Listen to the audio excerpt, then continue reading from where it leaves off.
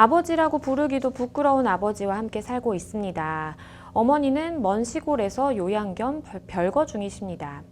이유는 아버지의 상간녀 때문인데요. 큰 충격을 받고 쓰러지신 이후 절대 이혼은 해주지 않겠다면서 시골로 내려가셨는데 저는 공부 문제도 있고 저를 보면 아버지가 떠오른다면서 함께 살기를 원치 않으셨어요. 상간녀 고소도 진행을 준비하시다가 정신적으로 너무 힘들어하셔서 다 귀찮다며 경제적 지원과 저에 대한 지원에 대한 약속만 각서로 받아놓고 떠나셨습니다. 가족을 이렇게 망쳐놓은 그 상간녀는 지금 저희 집에서 거의 반동거를 하고 있습니다. 아버지께 절대 싫다고 대들었다가 한번 심하게 맞고 3일 정도 학교를 결석하기도 했습니다.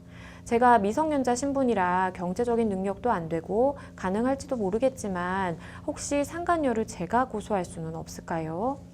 아니면 상간녀가 우리 집에 들어와서 사는 것을 법적으로 막을 수 있는 방법은 없는 건가요? 다 안 된다고 하면 정신적인 피해 보상이라도 받고 싶습니다. 어떻게 해서든 그 상간녀가 마음 편히 아버지와 사는 것을 볼 자신이 없습니다. 어떻게 해야 할까요? 일단 굉장히 좀 답답하실 것 같아요. 법적으로 궁금하신 질문들을 좀 하나하나 짚어보겠습니다. 아버지 이제 상간녀예요. 그리고 지금 아들 되시는 분이시고 자녀가 이렇게 소송을 제기하는 거 가능할까요? 우선은 안타깝지만 안 될 것 같습니다. 네. 물론 대법원 판례는 있어요. 판례에 보면은 만약에 해이를 가지고 만약에 상간녀가 네. 그 자녀를 양육이나 보호 내지 교양을 적극적으로 저지한 그런 상황들, 그런 특별한 사정이 있는 경우에는 손해배상 청구를 할 수는 있습니다. 네. 근데 그것 빼고는 전부 다 원칙적으로는 안 되게 되어 있기 때문에 일반적으로는 또 심지어 제가 이제 좀 생각을 해보면 이제 미성년자가 고소를 하려면 그렇죠. 법정 대리인이 네. 들어와야 되는데 그 법정 대리인이 어머니인데 어머니나 아버지인데 어머니 같은 경우에는 고소를 할 생각이 없고 그러니까 상간녀를 상대로 해서 손해배상 청구를 할 생각이 없는데 그럼 결국은 아버지가 법정 대리인으로 나서야 되는데 아버지 같은 경우는 상간녀를 상대로 손해배상을 한다고 하면 당연히 도와주지 않을 거기 때문에 미성년자가 이 상황에서 실제로 소송을 할 수 있는 가능성은 거의 없다고 봐야죠. 그래서 상당히 특이한 케이스긴 한데 가능은 불가능할 것 같습니다.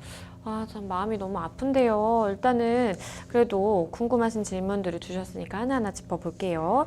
일단은 상간녀와 아버지 동거를 막고 싶다. 막을 수 있는 방법은 있는 것인지, 그리고 아들로서 굉장히 좀 정신적인 충격을 받으셨거든요. 그 부분에 대한 보상을 받을 수 있는 것인지 질문을 주셨어요. 어떨까요?